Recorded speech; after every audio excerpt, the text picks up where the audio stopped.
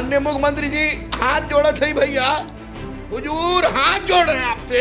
पिटाया गया सब बच्चा बहुत बेचारा, मार के भुट्टा छोड़ा दीजिए। आखिर काहे माननीय मुख्यमंत्री ही कुछ करेंगे और माननीय मुख्यमंत्री कर सकते हैं, माननीय मुख्यमंत्री करेंगे। सिपाही लोग भी हाथ साफ करने लगता है, दरोगा भी हाथ साफ करने लगता है, उन लोग के लिए भी रोड पर उतरे हजारों बार हम, पिटाए भी हैं, अच्छा धुआए भी है। उस समय के उन लोग भुला जाता अपना बेरोजगारी। अब तक 54 बार ठोका चुके हैं भाई हम। एक किडनी का आदमी रोड हो जाएगा, देखिए किडनी। हाँ तो नमस्कार, आप देख रहे हैं लाइव सीरीज, मैं हूँ आपके साथ रोहित। आपको बता दें कि वन कैंडिडेट वन रिजल्ट की मांग को लेकर कल पूरे बिहार भर के जो शिक्षक अभ्यर्थी थे वो पटना की सड़कों पर उतरे थे। शिक्षक अभ्यर्थियों पर जमकर लाठी बरसाया गया, कई शिक्षक अभ्यर्थी घायल भी हुए। मेरे साथ बातचीत करने के लिए दरोगा गुरु रहमान सर है। सर, कल शिक्षक अभ्यर्थी पूरे बिहार भर से पहुंचे थे पटना लाठी पर। कल मैंने देखा, कल देखा और सबसे पहले तो मैं जो छात्र नेता हो उन पर और छात्रों पर जिस बर्बरता से लाठीचार्ज की गई उसकी मैं निंदा करता हूँ और कड़े शब्दों में निंदा करता हूँ, क्योंकि ऐसा नहीं होना चाहिए। शिक्षक है बेचारे, और ये छात्र नेता हो या आपको स्टूडेंट्स हो, वो कभी भी किसी भी तरह का हिंसात्मक गतिविधि नहीं कर रहे थे। वो जा रहे थे, उनको जाने से रोका गया। उनको रोका भी जा सकता था, ऐसे भी रोका जा सकता था, लाठी मारना जरूरी नहीं था। ये अपराधी नहीं है और किसी भी परिस्थिति में मैं माननीय मुख्यमंत्री सर से कह रहा हूँ कि हुजूर, स्पष्ट है कि आपका मंशा स्पष्ट साफ है कि आप बेरोजगारी दूर करना चाहते हैं। हम लोग का भी मंशा साफ है कि बेरोजगारी दूर हो। आपने वैकेंसी निकाला, लगातार वैकेंसी निकाला, लगातार वैकेंसी निकाल रहे हैं।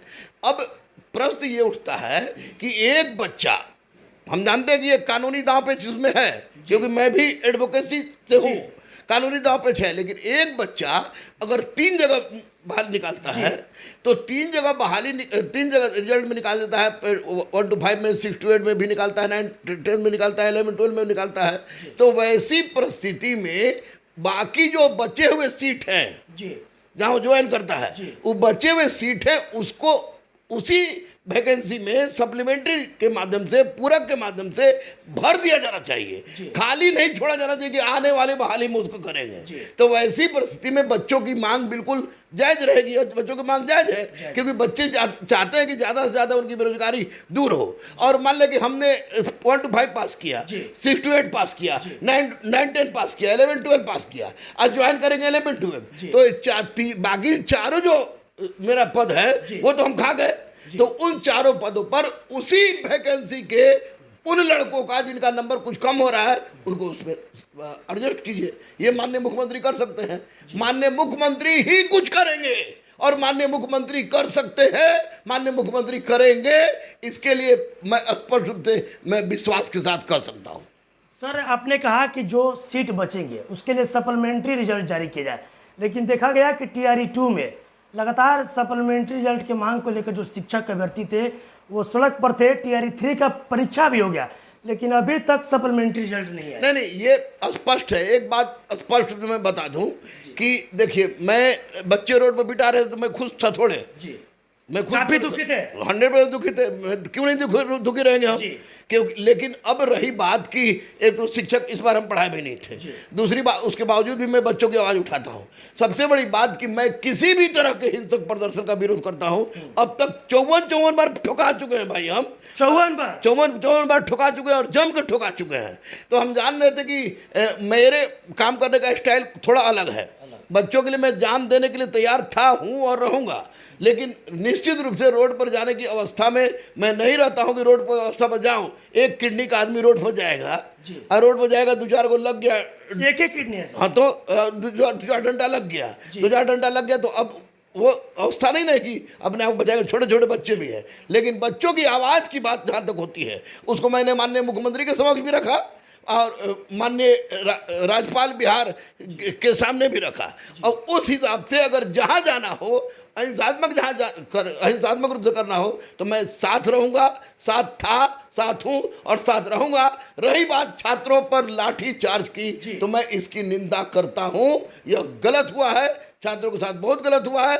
नौकरी मांगेंगे तो डंडा मिलेगा, यह परिपाटी अच्छी नहीं है। सर, महामहिम राज्यपाल को भी यहाँ पे जो शिक्षक अभ्यर्थियों की बातें उससे अवगत कराएं। हाँ, महामहिम शब्द अब हट गया, क्योंकि द्रौपदी मुर्मू जो हमारे माननीय राष्ट्रपति हैं, उन्होंने महामहिम जैसे शब्द को हटा दिया, माननीय कहिए। माननीय राज्यपाल सर से जब मैं सम्मानित हो रहा था तो उस लेटर को मैंने दिया, बजाबते वहाँ गंगा प्रसाद चौरसिया भी थे जो पूर्व राज्यपाल सिक्किम और मेघालय के, माननीय मंत्री स्वास्थ्य और कृषि मंगल पांडे भी थे, विमल जैन भी थे, सबके सामने मैं, संजीव चौरसिया भी थे, सबके सामने मैंने वो दिया। उस पर उनका आगे इस पर विचार करेंगे और माननीय मुख्यमंत्री से बात करेंगे। अच्छा सर, एक सवाल ये भी है कि जो ये शिक्षक अभ्यर्थी मांग कर रहे हैं, 1 कैंडिडेट 1 रिजल्ट, क्या सर ये संभव है?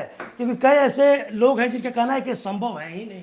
देखिए, संभव है कि नहीं उसकी बात नहीं कर रहा हूँ, कानूनी घेरपेच की बात नहीं है। यहाँ पर सबसे बड़ी बात होती है कि माननीय मुख्यमंत्री हमारे राज्य के मुखिया हैं, हमारे राजा हैं, माई बाप है हम लोग के, उनके चाहने से एवरीथिंग इज पॉसिबल, उनके जाने से हर कुछ पॉसिबल है। मैं कह रहा हूं भैया कि एक लड़का 4 जगह रिजल्ट निकाल दिया तो 3 जगह उसको फेल तो नहीं कर सकते आप, लेकिन कम से कम इतना तो जरूर कर सकते हैं कि उससे पूछ लीजिए कि वो किस में ज्वाइन कर रहा है। अब बाकी जो बचा हुआ है उसको उसी बहाली में सप्लीमेंट्री के माध्यम से भर दीजिए, तो बच्चा की समस्या भी दूर हो जाएगी और सीट खाली जो रहने की परिपाटी है वो सीट भी भर जाएगा और उस बच्चों की बेरोजगारी भी दूर हो जाएगी। लेकिन अब मान लें कि हम बीपीएससी दे रहे हैं, यूपीएससी दे रहे हैं, दरोगा दे रहे हैं, तीनों पास कर गए, तो इसका मतलब थोड़ा है कि यूपीएससी कहेगा कि आप दरोगा बीपीएससी पास कर गए हैं इसलिए दोनों में आपको छाट देते हैं, खाली यूपीएससी का रिजल्ट देंगे। ऐसा नहीं होता है, ये कानून के हिसाब से हम बात कर रहे हैं। लड़के गुस्सा मत होइएगा प्लीज, मैं बहुत आप लोगों के प्रति चिंतित रहता हूँ, इतना याद रखिएगा। और लेकिन माननीय मुख्यमंत्री हमारे नीतीश जी, उनके ऊपर डिपेंड करता है कि वे इसमें एक ऐसा फैसला लें, चाहे कैबिनेट के माध्यम से हो चाहे अपने माध्यम से हो, फैसला ले जिस माध्यम से जितना सीट बाकी रह जा रहा है वह उसी वैकेंसी में लड़कों का भर जाए। मतलब सप्लीमेंट्री रिजल्ट तुरंत दिया जाए, यानी सीट भर के तुरंत दिया जाए ताकि बेरोजगारी दूर। ये नहीं कि 2.0 का 2.3 में दीजिए, 2.3 का 4.0 में कीजिए, वो नहीं। आप जैसे 2.0 का सप्लीमेंट्री है, अगर सीट खाली रह गया है तो उसकी भरपाई उसी से कीजिए, 3.0 का है तो उसकी भरपाई उसी से कीजिए, मतलब उसी बहाली में कीजिए ताकि बेरोजगारी दूर हो सके। शिक्षक अभ्यर्थियों को डर भी इसी बात का सता रहा है। नहीं, डरे तो बेचारे बेरोजगार हैं, बेरोजगार तो कितना डरता है वो हमसे ज़्यादा कोई नहीं जानता है, गरीबी और बेरोजगारी कितनी बड़ी दूर होती है। शिक्षक अभ्यर्थियों के साथ कल बेचारे पिटा रहे थे तो बहुत दिल तड़प रहा था कि बेचारे के साथ इस तरह की बात हो रही है, नौकरी की मांग कर रहे हैं। अब माननीय मुख्यमंत्री जी हाथ जोड़े थे भैया, हुजूर हाथ जोड़ रहे हैं आपसे, पिटा गया सब बच्चा बहुत बेचारा। नेता गुजाने दिलीप बेचारे का ऑपरेशन भी कान का हुआ था, कान के बाद भी मारा गया उसको। तो प्लीज जब इतना करिए दिए हैं तो बचवा का बात सुन लीजिए, बचवा की बात सुन लीजिए। नीतीश कुमार जिंदाबाद हम लोग चिल्लाते थे, चिल्लाते हैं और चिल्लाते रहेंगे, और ये काम आप कर सकते हैं क्योंकि आप में इतनी क्षमता है और आप छात्रों के प्रति इतनी सजग है कि आप ये काम कर सकते हैं।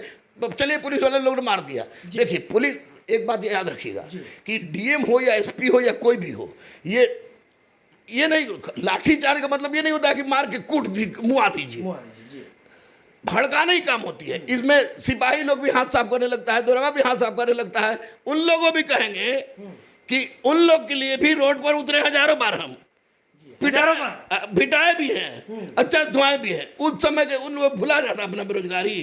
तो ऐसा काम न करे कि छात्रों पर लाठीचार्ज करे। लाठीचार्ज करना है तो दलालों पर करे, चोरों पर करे, उन लोगों पर करे जो हमारे समाज के साथ कलंक है, उन पर कीजिए, मार के भुट्टा छोड़ा दीजिए। अब आपको बीपीएससी हो, बीपीएसएससी हो, सिपाही भर्ती बोर्ड हो, बीएसएससी हो, उसमें कोई पकड़ाता है, कोई सेटर दरनार पकड़ाता है, मार के बीच कारगिल चौक पर मारिए ना भाई, कौन रोक रहा है। लेकिन जो लड़का बेचारा पढ़ रहा है और अपने हक की आवाज पर, कहाँ मांगेगा हक, उस पर लाठी मत बरसाइए, कहाँ मांगेगा हक। हम अपने माननीय मुख्यमंत्री पर विश्वास करते हैं, उनसे मांगेंगे, अपनी सरकार पर विश्वास करते हैं, उनसे मांगेंगे, जिसकी सरकार होगी उससे मांगेंगे। लेकिन अब इसका मांगने का मतलब ये नहीं कि आप भरता बना दीजिए, ये गलत चीज है, ये गलत चीज है। लेकिन माननीय मुख्यमंत्री के समक्ष अब सारा मामला चला गया होगा, निश्चित रूप से चला गया होगा, और अब छात्रों के हित में भलाई होगी। और नहीं तो फिर मैं किसी तरह से जुगाड़ा पत्र लगा के मैं माननीय मुख्यमंत्री पास मिलूंगा। इस बार 4 छात्र को लेकर जाऊंगा माननीय मुख्यमंत्री से, हुजूर मतलब मिलिएगा एक बार सब, यस बिल्कुल, जब तक इन लोगों की मांग पूरी नहीं होती तब तक मैं इन लोगों के साथ रहूंगा। सर एक कल प्रोटेस्ट में कि ये भी मांग उठ रहा था, बहुत अभ्यर्थी लोग इस बात का नारा लगा रहे थे कि बिहार के बच्चों को डंडा और बिहार से बाहर के लोगों को नौकरी। नहीं, ये मैंने भी देखा है कि बिहार के बच्चों को डंडा, बिहार के बाहर को नौकरी, ये डोमिसाइल को लेकर सर, डोमिसाइल नीति भैया हम कह रहे हैं कि आखिर का है जी, आखिर का है। मध्य प्रदेश, राजस्थान, उत्तर प्रदेश, हरियाणा, हर जगह बिहार के लड़कों का या बाहर के लड़कों का केवल 10% सीट रहता है। 10%। तो हम इतना बड़ा दिल क्यों दिखाएं जबकि हमारे यहाँ ऑलरेडी बेरोजगारी है। तो डोमिसाइल नीति लागू होनी चाहिए, सप्लीमेंट्री रिजल्ट लागू देना चाहिए, एज में रिलैक्सेशन मिलना चाहिए, और 1 कैंडिडेट 1 सीट पर माननीय मुख्यमंत्री को गहनता से विचार करना चाहिए, और वो करेंगे। चलिए देखिए, मेरे साथ दरोगा गुरु रहमान सर थे। आपको बता दें कि कल जिस तरीके से बिहार भर के तमाम जो शिक्षक अभ्यर्थी थे वो पटना की सड़कों पर उतरे थे, उन पर लाठियां बरसाई गई। इसको लेकर गुरु रहमान सर काफ़ी दुखी हैं, कड़ी निंदा भी कर रहे हैं, बोल रहे हैं कल जिस तरीके से शिक्षक अभ्यर्थियों पर लाठी चलाया गया मुझे काफ़ी दुख है। साथ ही साथ देखिए, हाथ जोड़कर मुख्यमंत्री नीतीश कुमार से आग्रह कर रहे हैं कि जो शिक्षक अभ्यर्थी है, जो उनकी मांगे हैं 1 कैंडिडेट 1 रिजल्ट, उस पर सीएम नीतीश को विचार करना चाहिए, और नहीं तो उसी में सप्लीमेंट्री रिजल्ट देना होगा। साथ ही साथ देखिए, डोमिसाइल को लेकर भी खूब बोलते नजर आ रहे हैं और एज रिलैक्सेशन की भी मांग करते नजर आ रहे हैं। और भी क्या कुछ कहना था गुरु रहमान सर का, आपने तमाम चीज़ें इस वीडियो में देखी है। बस इसी तरह की तमाम खबरों के साथ आप मेरे साथ जुड़े रहें। तब तक धन्यवाद।